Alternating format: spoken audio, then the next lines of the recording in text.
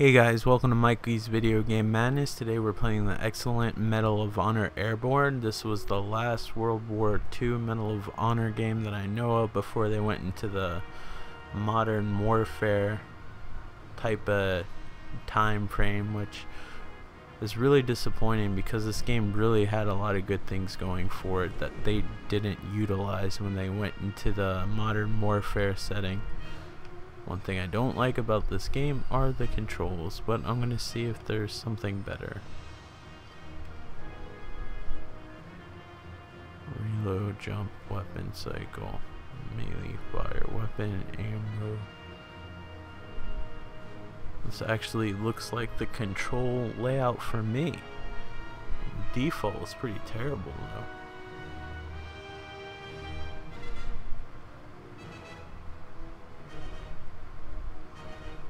Clicking for alternate fire might be a pain. Grenade cycle.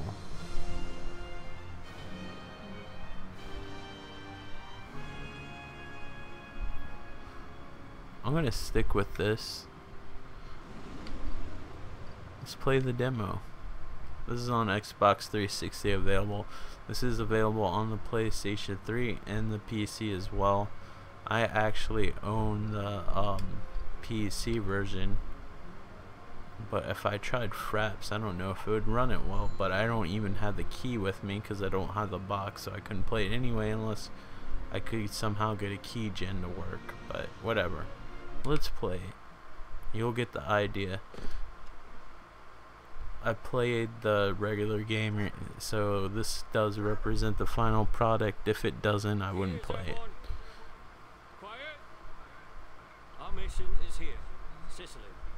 What's cool about this game is you actually get to pick where you can land, something that they never used again, which is quite disappointing.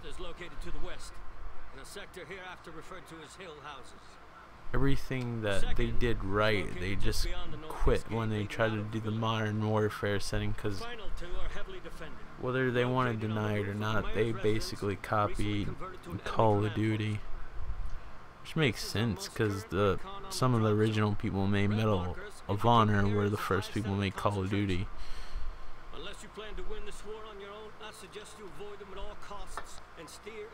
But I don't know, it sucks. And they had that game that was running on the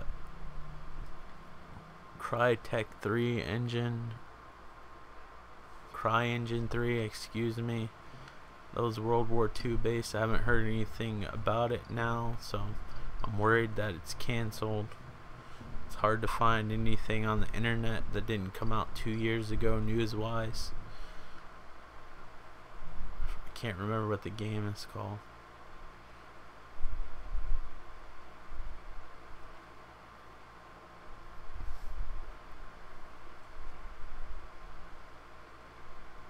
I believe this is like Operation Husky or whatever, where you're actually fighting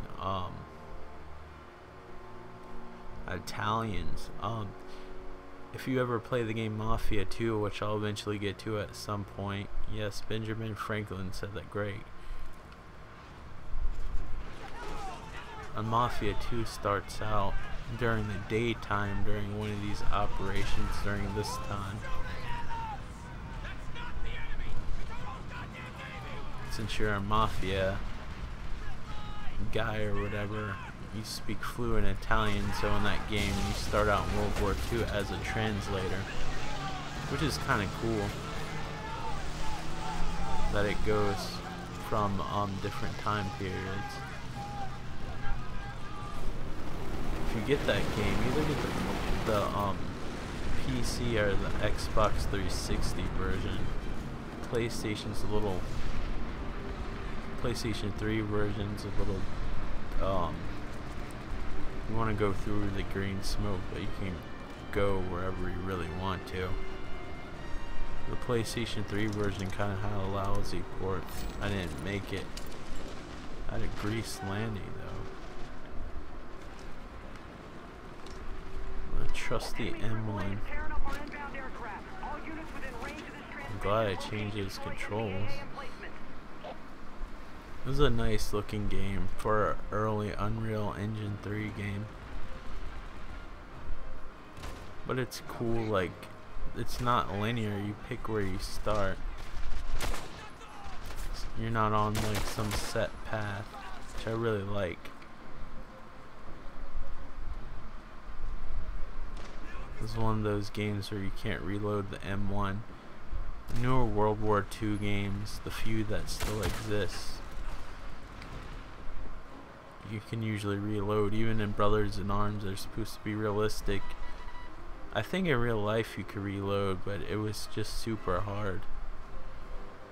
So you have all these mission objectives, which are all those things on your compass, and you can pick whatever order you want to do them in, which is really cool. It gives you freedom.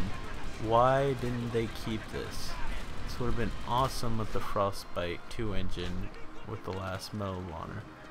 But nope, they did the complete opposite. The enemies are pretty smart in this game. Your weapons also level up, which is different. Pretty much every new feature that they had, they took out.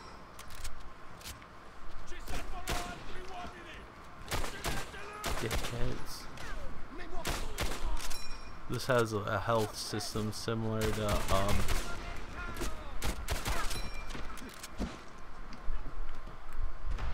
oops.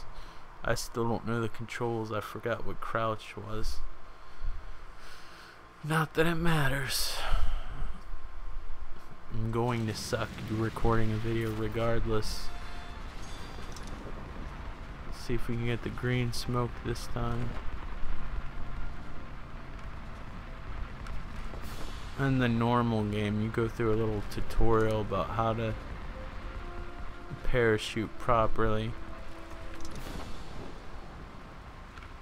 But I forgot all the controls. And by the way, if you do get the PlayStation 3 version of Mafia 2, it's not terrible. It has a major botulinum. If that was an abortion, that would have been done with a rusty coat hanger. Alright, let's see here.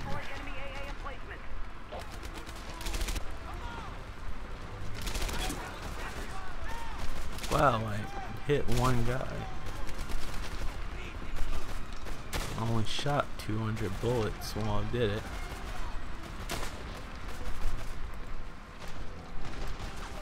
Oh, the left stick's down. That's so awkward.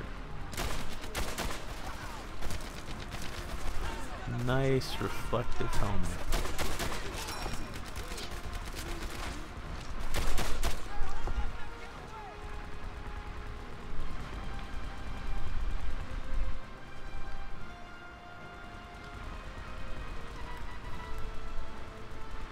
Destroy the northeast.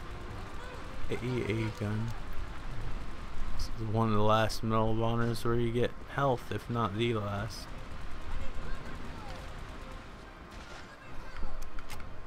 Reload before you go into a building. At least I would suggest it.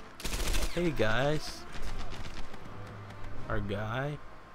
If this was rated M for mature, your brains would have been splattered all over the place. Is that blood? If so, that is some really terrible looking blood, but I don't think that's what it was. Oh man, that's the hard part.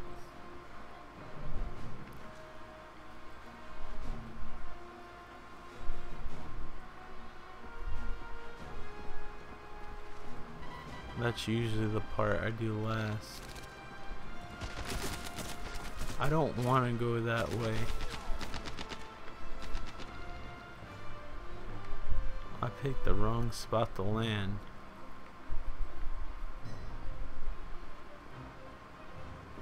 When I used to own this game, I could get this level done fairly quickly, but since it's not fresh in my mind,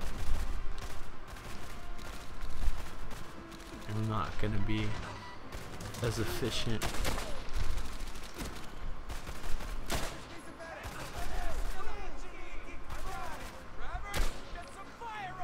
controls are a little bit floaty because I'm used to playing other first-person shooters, because everybody after a while copied Call of Duty or Battlefield 3.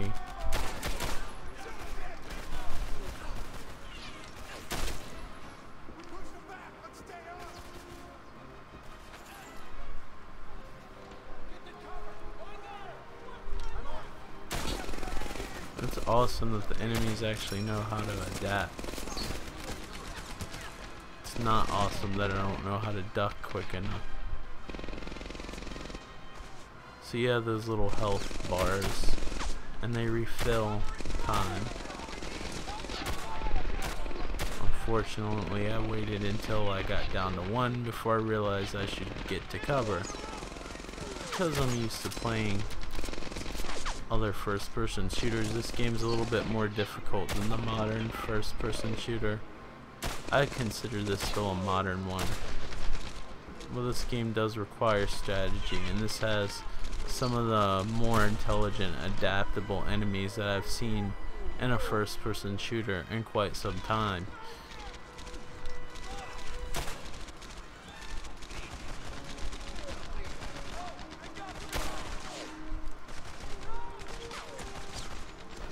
At least for me, I mean, if you're a hardcore first-person shooter player or whatever, it might be a big deal, but I always feel like every encounter should be taken serious, as I die a lot, but I'm also not used to playing this.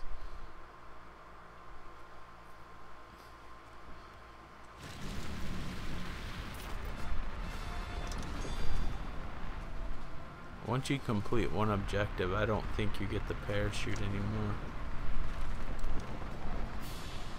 Right now, I think I'm just getting the pity launch. It's basically telling me, well, maybe you should plan it a little bit differently this time. Botch landing.